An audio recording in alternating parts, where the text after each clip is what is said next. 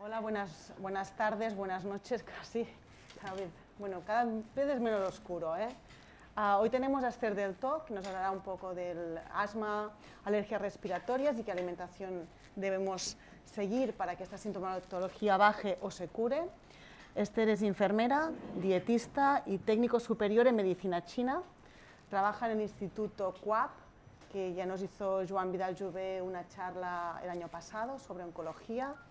Y bueno, si tenéis preguntas, al final de la charla tendréis 10 minutos para hacerle las preguntas. ¿De acuerdo? Pues disfrutáis mucho de la charla y aprendáis mucho. Gracias.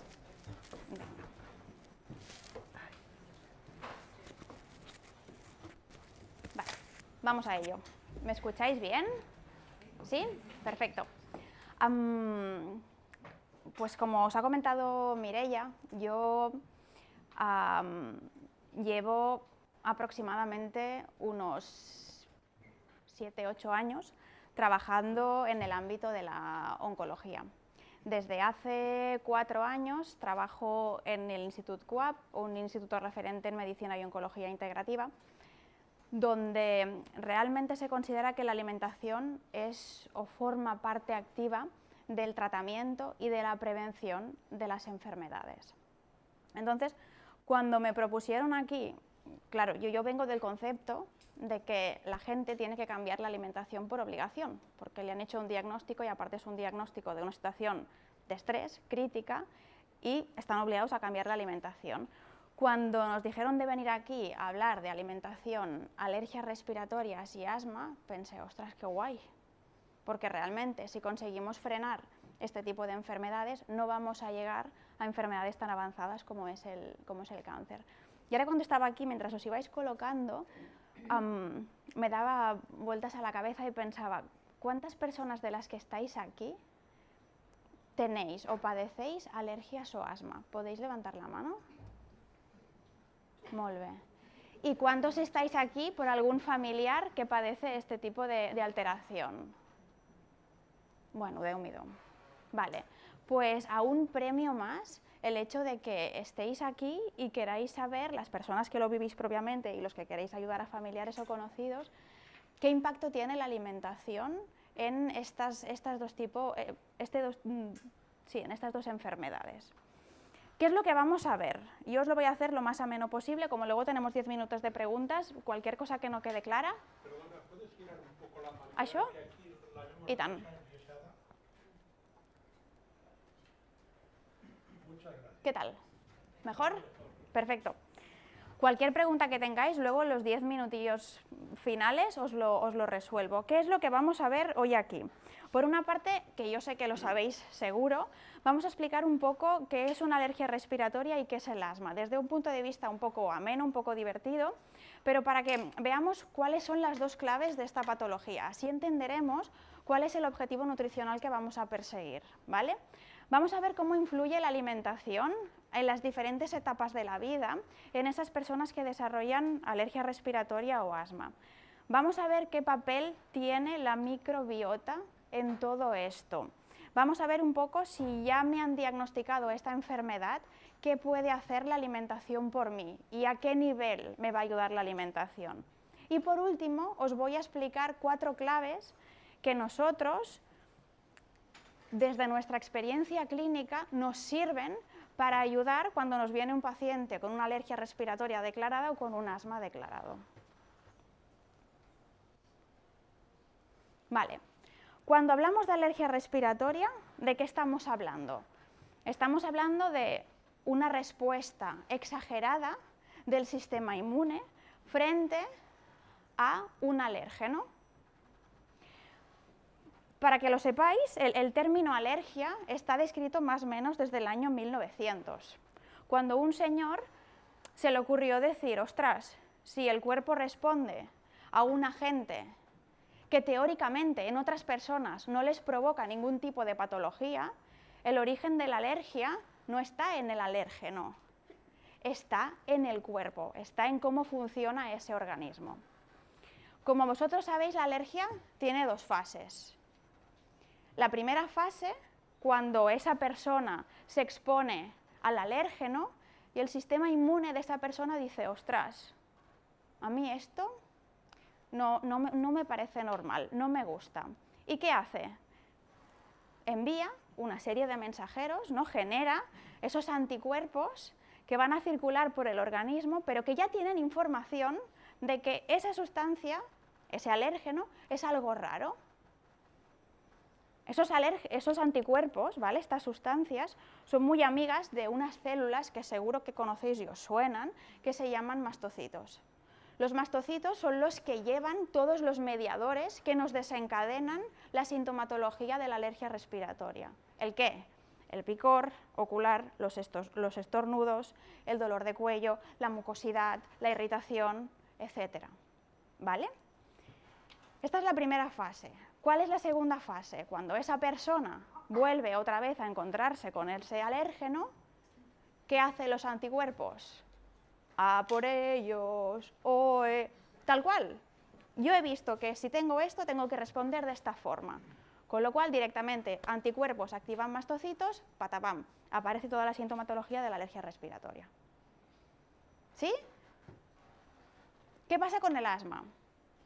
El asma es una enfermedad crónica, ¿vale? La cual hay una inflamación, un hinchazón de la vía respiratoria, y esto influye, esto obstruye el flujo aéreo. ¿Sí? Hablamos de inflamación, con lo cual hay una hiperrespuesta. Se sabe aproximadamente que un 70-80% del asma es de origen alérgeno, con lo cual ya tenemos relación con la primera que hemos explicado, ¿vale? Y tenemos también inflamación, con lo cual, lo que hemos dicho antes, ¿no? Estas respuestas exageradas frente a estímulos X, ¿vale? ¿Qué puede desencadenar el asma? Desde los alérgenos que hemos comentado hasta sobreesfuerzo, situación de estrés, ¿vale? Frío, calor, cambio de temperatura, etc. Hasta aquí yo creo que es algo que para todos los que estáis aquí es conocido. Con lo cual, ¿qué tienen en común el asma y la alergia respiratoria? ¿Qué le está pasando al cuerpo? Que hay una hiperrespuesta del sistema inmune, ¿vale? El sistema inmune está descontrolado, responde de forma anómala y que hay inflamación. Con lo cual tendríamos una situación un poco fuera de control. ¿Por qué os pongo lo de la hiperrespuesta del sistema inmune? Porque muchas veces os habréis encontrado decir, ostras, yo me como una fresa y tengo una respuesta, pero luego me como algo que es parecido a la fresa y tengo la misma respuesta. ¿Sí? ¿Por qué pasa esto? Porque hay esta hiperactivación del sistema inmunitario.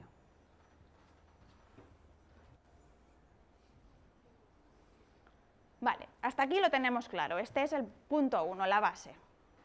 Ya sabemos que algo hay que hacer con el sistema inmune, ¿no? En este tipo de enfermedad, porque si no, va a responder en cualquier situación. ¿Qué papel tiene la alimentación en el desarrollo de este dos tipos de enfermedades? ¿Os habéis preguntado alguna vez qué pasa, cómo se alimentó vuestra madre durante vuestro embarazo? ¿O si os dieron lactancia materna más allá de los 6 meses? ¿O cómo habéis comido durante la infancia? ¿Qué sabemos? Sabemos que la alimentación durante el embarazo influye directamente en el desarrollo intrauterino del feto y entre ellos influye en cómo se desarrolla sistema pulmonar, sistema digestivo, inmunidad, etc. ¿Vale? Sabemos también que es importante que la madre durante el embarazo consuma prebióticos, probióticos y ácidos grasos poliinsaturados. Esto tiene evidencia frente a la prevención de estas dos enfermedades, la alergia respiratoria y el asma. ¿Vale? Con lo cual, si conseguimos que madres conscientes incluyan alimentación prebiótica, probiótica y ácidos grasos saludables, vamos a reducir, vamos a disminuir, ¿sí?, la aparición de estas patologías en jóvenes. Sabemos también que la exposición de la madre a tabaco, el sobrepeso, la exposición a contaminantes ambientales y las infecciones perinatales favorecen la aparición de alergias respiratorias y asma durante la infancia. Y sabemos también que unos niveles óptimos de vitamina D en la mujer embarazada nos van a ayudar a la prevención de este dos tipos de patologías. ¿Sí? O sea que sí, personas que están aquí, mujeres diagnosticadas de alergia respiratoria y asma, que tenéis en mente quedaros embarazadas, importantísimo, prebióticos, probióticos, ácidos grasos poliinsaturados y niveles correctos de vitamina D. ¿Sí? Venga, ¿qué pasa durante la lactancia materna? Sabemos que la lactancia materna, un mínimo de 6 meses, es un factor protector de alergias y asma, sobre todo del desarrollo infantil de estas dos patologías, ¿vale? Y no solo eso, sino que es un factor protector que nos dura hasta los 10 años. ¿Sí? Luego os diré por qué se rompe y por qué tenemos niños y jóvenes adolescentes con asma, ¿vale? Se sabe que la lactancia materna contiene bacterias, ¿sí? Bacterias que los últimos estudios ponen en evidencia que las bacterias que contiene la lactancia materna están directamente relacionadas con las bacterias de la mamá a nivel intestinal. Por eso es importante que la mujer, más que más, se cuide el intestino pre y durante el embarazo, ¿sí?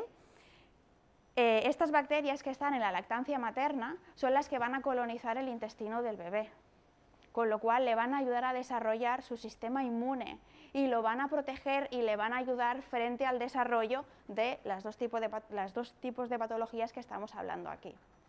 Sabemos también, y ahora os doy pistas para lo que viene más adelante, que la lactancia materna tiene un factor TGF-beta, Transforming Growth Factor Beta, ¿vale?, que es un modulador o un agente que ayuda a la microbiota intestinal a modular el sistema inmunitario, con lo cual desde pequeños ya nuestro cuerpo aprende mediante la microbiota a regular sistema inmune.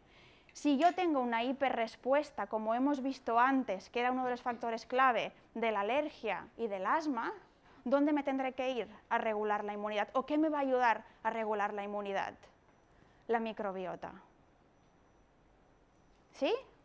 Importante, siempre que se pueda, lactancia materna más allá de los 6 meses, como factor preventivo. O hasta nos has dicho, bueno, pues si la lactancia materna nos protege durante 10 años, yo le doy a mi bebé durante 6 meses lactancia materna y apaga y vámonos. No, no es tan fácil. ¿Qué se ha visto? ¿Vale?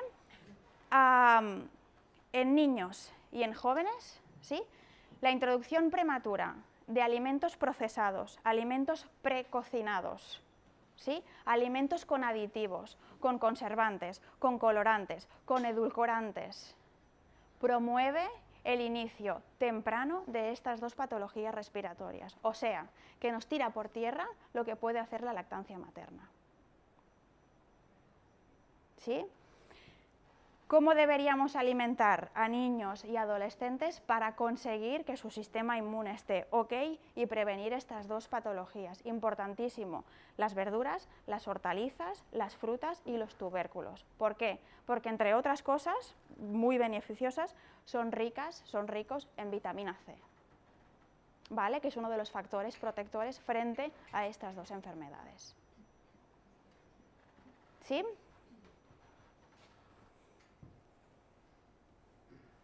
Vale, vamos con el adulto. ¿Qué sabemos también? Que el adulto que consume verduras, hortalizas, frutas y tubérculos tiene protección o tiene una mejor evolución de estas dos enfermedades, ¿vale? Sabemos que ¿qué pasa con los lácteos y qué pasa con el gluten? Seguro que eso está rondando en la cabeza. Os lo veo. Vale. ¿Qué pasa con estos dos componentes, ¿vale?, tan problemáticos últimamente? ¿Qué pros, qué contras tenemos? En aquellas persona sana, ¿vale?, el lácteo que ha sido tratado, ¿sí? No es beneficioso, no tenemos evidencia de cuál es el impacto que tiene a largo plazo, con lo cual nadie puede decir que no pueda ser un promotor de estas dos patologías. Es importante, cuando hablamos de lácteos, ¿vale?, tener en cuenta que es muy diferente los lácteos que proceden de la vaca de los lácteos que proceden de cabra o oveja, ¿sí? Los lácteos procedentes de la vaca tienen una serie de proteínas que son bastante diferentes a las proteínas que contiene la lactancia materna, con lo cual desarrollarán con mucha más facilidad una respuesta inflamatoria en nuestro organismo. Los derivados de la cabra y la oveja no tienen esta proteína, con lo cual es mucho más fácil que no nos generen ninguna respuesta inflamatoria. En población sana, ¿vale?, podemos incorporar derivados de cabra y oveja, importantes si son fermentados, porque además van a ser probióticos y nos van a ayudar a nivel de nuestra microbiota, ¿vale? ¿Qué pasa en las personas que tienen desarrollada o tienen diagnosticada la enfermedad, tanto la alergia o la situación de patología, tanto la alergia respiratoria como el asma?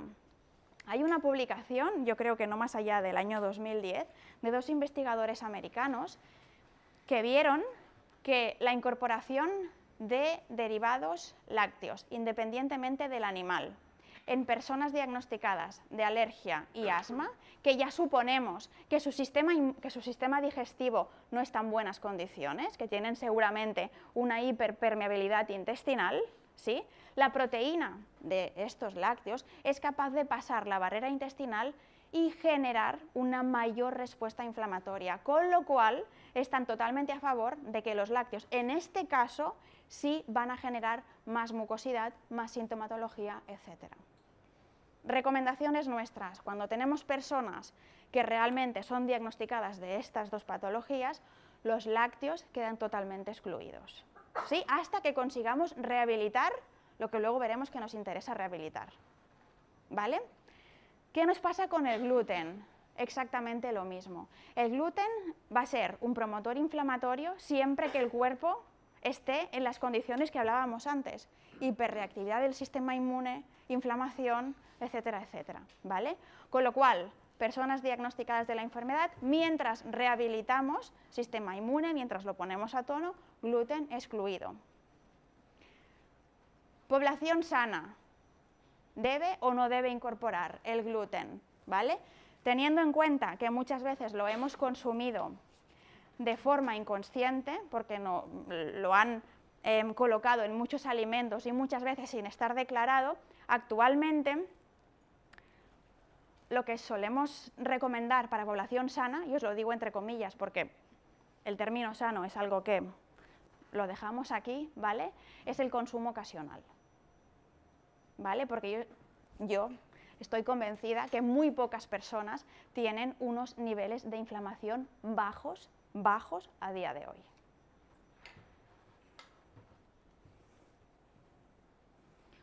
Bien, pregunta clave, que yo creo que ya sabéis responder.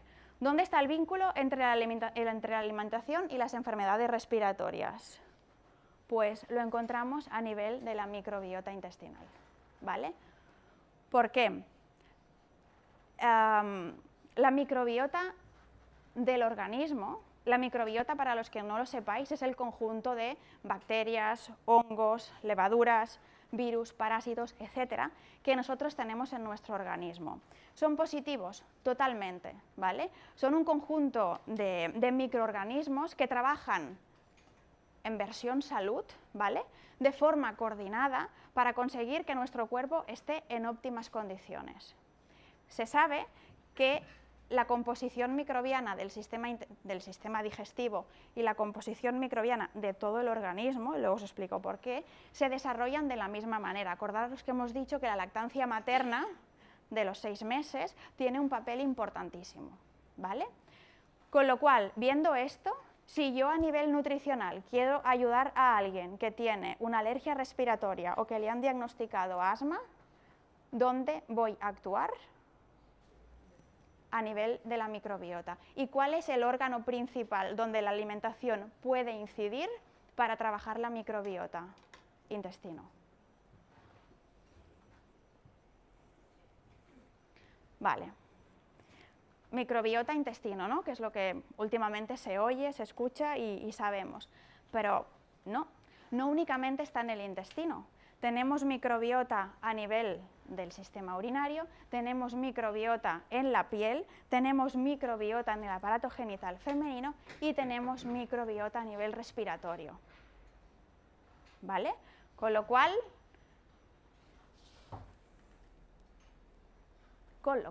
aquí quiero llegar, los estudios sí ponen en evidencia que las personas sanas tenemos una composición muy parecida de los microorganismos o la microbiota que tenemos a nivel del intestino y la microbiota que tenemos a nivel del pulmón. Persona sana.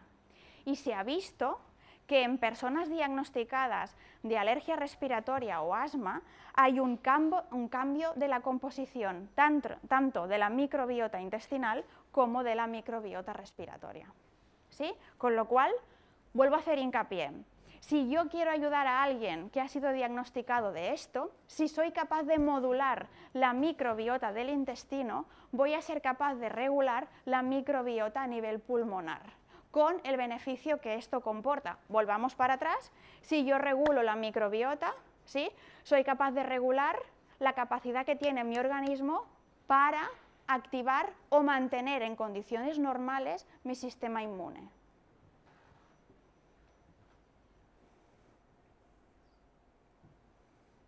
Vale. Y si tengo una enfermedad respiratoria, ¿cómo me ayuda la alimentación? ¿Qué puede hacer por mí? Ya veis que soy una paparra, ¿eh? Pero la idea es esta.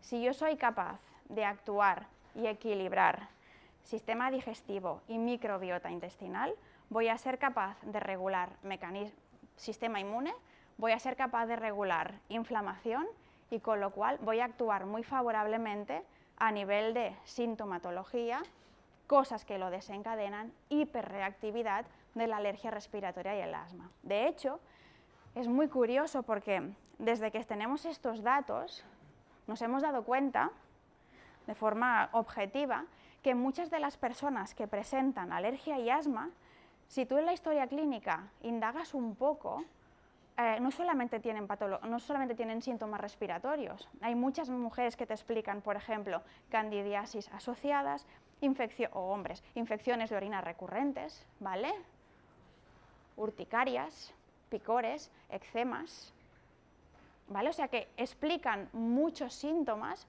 de otras mucosas que tenemos en nuestro organismo que también contienen microbiota y que probablemente tienen descompensada. Una cosa que no está añadida aquí, que os lo digo, que es obvio, los tratamientos convencionales que nos van tan bien para cortar las crisis agudas, ¿vale?, de una alergia respiratoria o de una asma, también descompensan la microbiota intestinal. O sea, más hincapié en que hay que trabajar sí o sí esta parte.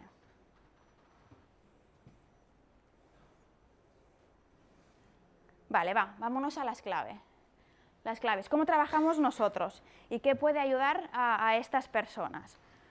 Primer punto, ayunos intermitentes, ¿vale? Hemos observado que los periodos de ayuno entre más o menos 8-12 horas, hemos observado, y hay evidencia detrás sobre esto, nos ayudan a restablecer la composición de la microbiota global, empezando por el intestino y, como ya habéis visto, llegando al resto de partes del cuerpo. Cuando hablamos de ayuno intermitente, ¿de qué estamos hablando? Un ayuno de líquidos, ¿vale? Nunca un ayuno completo, o sea, un ayuno, inanición para entendernos, no, siempre con líquidos. ¿Por qué líquido? Porque la microbiota habita en una zona donde hay mucosa.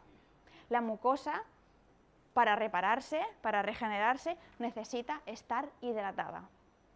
¿Sí? ¿Cómo lo hacemos? Con caldos vegetales, es un ejemplo, pero hay miles de opciones. Caldos vegetales, ¿vale? Caldos vegetales con alimentos que sean, por ejemplo, remineralizantes, como yo os he puesto, por ejemplo, podemos incorporar las algas, ¿vale? Pero además también podemos poner alimentos que sean drenantes, que sean expectorantes, que sean mucolíticos. Yo os he puesto el ejemplo del nabo daikon, ¿vale? Un ayuno de 8-12 horas aproximadamente. Es tan sencillo como saltarse, por ejemplo, una comida, no comer desde las 7 de la tarde, ¿sí?, del día anterior hasta las 7 de la mañana del día después, e ingerir líquido en lo que sería la cena, ¿vale? ¿Lo tenemos que hacer cada día? No. Cuando nosotros lo recomendamos generalmente entre 2-3 veces a la semana aproximadamente.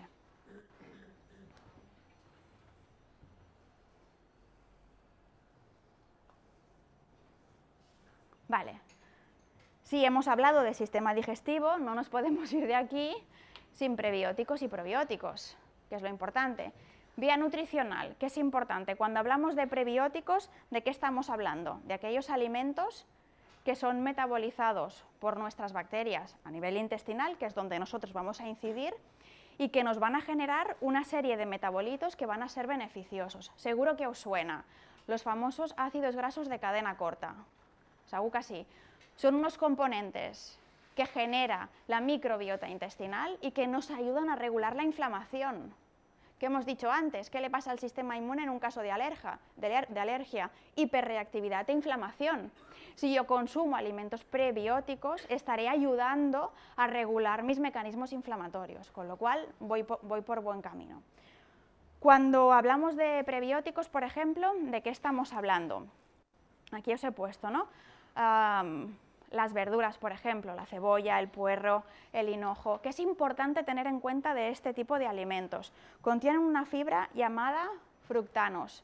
Los fructanos es importante que no los cocinemos durante mucho tiempo, porque pierden su poder prebiótico. Con lo cual, si yo voy a incorporar verduras blancas, poca cocción, para que sean prebióticas. Otros prebióticos que conocemos, los tubérculos, por ejemplo, las legumbres, los cereales, ¿vale? ¿Qué es importante de este tipo de fibras? Es importante para incrementar el efecto prebiótico, algo que habéis escuchado últimamente, el hecho de conseguir, igual que la patata, que aparezca el almidón resistente tipo 3, que es el gran prebiótico, ¿sí? Es importante que estos alimentos sean cocinados y a poder ser que los pongamos en frío y los consumamos a las 24 horas de su cocinado, ¿sí?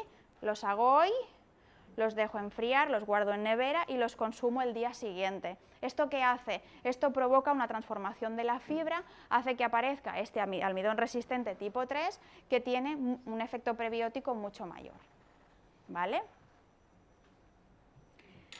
Y para mí, como experiencia clínica, el rey de los prebióticos, el kuzu. El kuzu, la Pueraria lobata. Si de los pacientes que nosotros hacemos en consulta, quizá el punto del éxito, de la regulación, bajo mi punto de vista, porque estudios alguno hay, pero tampoco muchos. La clave del éxito de la regulación de una alergia respiratoria o un asma, aparte del cambio nutricional que van a hacer, que lo hacen, es el kuzu. El kuzu es una raíz asiática, la tenemos aquí incorporada hace un montón de años, lo único que no se había estudiado muy bien cuál era el beneficio que tenía. Se considera un alimento prebiótico. Os explico. El principio activo del kuzu es una puerarina. La puerarina es un isoflavonoide, pero es un isoflavonoide que no tiene impacto estrogénico, siempre y cuando me consumáis este tipo, ¿vale? La Pueraria lobata. Hay otro kuzu que se llama, otra subespecie, para decirlo así, que se llama Pueraria mirífica. Aquí lo consumimos muy poquito, yo la verdad en supermercados no lo he visto nunca. La Pueraria mirífica, si os metéis en internet, sí tiene impacto estrogénico. Os lo digo porque mujeres que aparte de la alergia y el asma hay alguna sintomatología que tenga que ver con un desajuste hormonal, con la pueraria lobata no vais a tener ningún problema, ¿sí? La puerarina, como hemos dicho, principio activo, es un isoflavonoide. Hemos visto o sabemos que la microbiota intestinal fermenta, ¿vale? Metaboliza esos isoflavonoides para conseguir mejorar, reparar y equilibrar el sistema digestivo. Y volvemos a lo de antes, si yo soy capaz de equilibrar el sistema digestivo en cuanto a composición de microorganismos, voy a ser capaz de regular, ¿sí?, lo que está pasando en el sistema respiratorio porque nos toca hoy, pero una persona con cistitis, por ejemplo, probablemente también tiene beneficio. ¿Sí? Pero si regulo sistema digestivo, voy a regular sistema respiratorio. Vale. ¿Cómo incorporamos el kuzu? Prácticamente, ¿vale? En personas que tienen crisis agudas de asma o crisis agudas o brotes alérgicos, solemos incorporar una cucharada de postre diluida en agua, es parecido a un midón, ¿vale? A una harina, con lo cual me lo tenéis que disolver en agua fría, ¿sí? Si lo disolvemos en agua caliente se os va a quedar en forma de grumos, lo disuelvo en agua fría, lo llevo a ebullición, ¿sí? Y una vez hierve, durante aproximadamente 1 minuto, apago, lo mezclo con otro líquido para que esté a una temperatura agradable y lo puedo consumir. Me ponéis caras raras, ahora os digo lo mejor del kuzu. Es insípido. Genial porque lo puedes colar donde quieras. ¿Vale? Os lo digo porque la gente suele decir, bueno, Esther, pero això, ¿de qué va? Insípido. Es como beberse agua. ¿Vale? En personas, lo que hemos dicho antes, con brotes agudos de alergia o crisis asmáticas de un cierto grado de severidad, lo solemos incorporar en ayunas, ¿vale? 3 veces al día, antes del desayuno, antes de la comida y antes de la cena, ¿sí? En personas que tienen la sintomatología o la enfermedad más o menos controlada, lo vamos a incorporar en todos los alimentos que llevemos a ebullición. Es decir, si yo preparo, como partimos de que nadie tiene el sistema digestivo muy bien actualmente, o pocas personas lo tienen, si yo preparo un puré, por ejemplo, que vamos a comer yo, mi marido y mis hijos, ¿sí? Yo puedo poner una cucharada de postre de kuzu por comensal. Y nos vamos a beneficiar los 4 o los 5 del efecto que tiene el kuzu, ¿sí?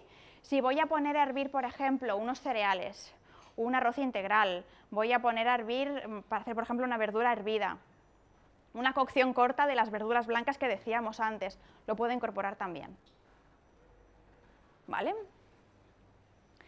Lo que os decía antes de los estudios, haciendo un poco de revisión para ver si realmente había algo en relación con kuzu y tema respiratorio, me encontré con un artículo chulísimo del año 2015 donde dice que la puerarina, ¿vale?, principio activo del kuzu, es capaz de regular o de modular la respuesta inflamatoria a nivel respiratorio.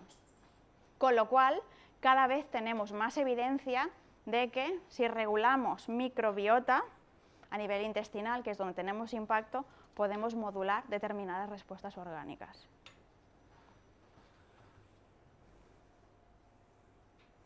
Vale, probióticos. Probióticos. Vale. Idea clave, ¿vale? Tenemos los fermentados y tenemos los probióticos, ¿sí? ¿Por qué? Porque no todos los fermentados son probióticos, aunque los fermentados no pasteurizados son beneficiosos para el sistema digestivo, ¿sí?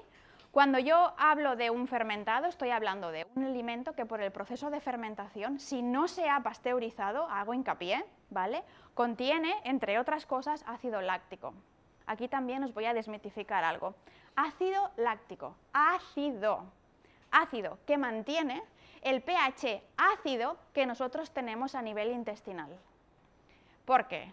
Los microorganismos que tenemos a nivel del sistema digestivo necesitan un pH ácido. Entonces, para aquellas personas que muchas veces me decís, ostras, Esther, ¿y la alimentación alcalina qué? Eso digo yo. ¿Alcalina para quién? ¿Vale? Está bien que nosotros durante una temporada podamos hacer una alimentación para alcalinizarnos, una temporada corta, ¿vale? Bajo mi punto de vista, no más allá de los 3 meses, pero cuidado con las dietas o las estrategias alcalinizantes a largo plazo. ¿Por qué? Porque nuestro sistema digestivo no es alcalino, es ácido y necesito que sea ácido. En el momento que lo alcalinizo, ¿sabéis cuál es la reina que aparece? La cándida. ¿Vale? Fermentados importantes porque nos mantienen el pH ácido del sistema digestivo. ¿Sí? ¿Vale? ¿Qué más nos aporta el fermentado? Mejora la digestibilidad de lo que estamos consumiendo, de la verdurita fermentada, por ejemplo, y mejora el aporte de nutrientes que consigo. ¿Por qué digo que fermentado no es igual a probiótico?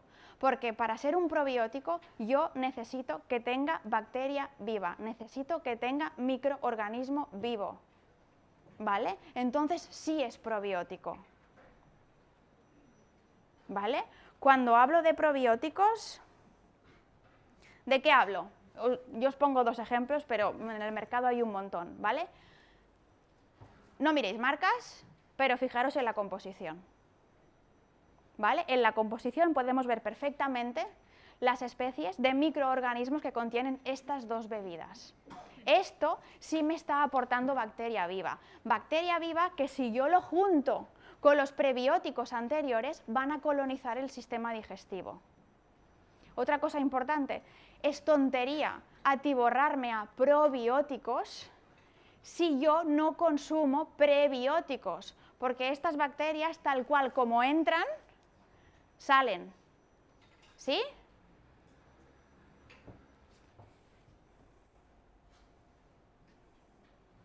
Vale. Entonces, a modo de resumen,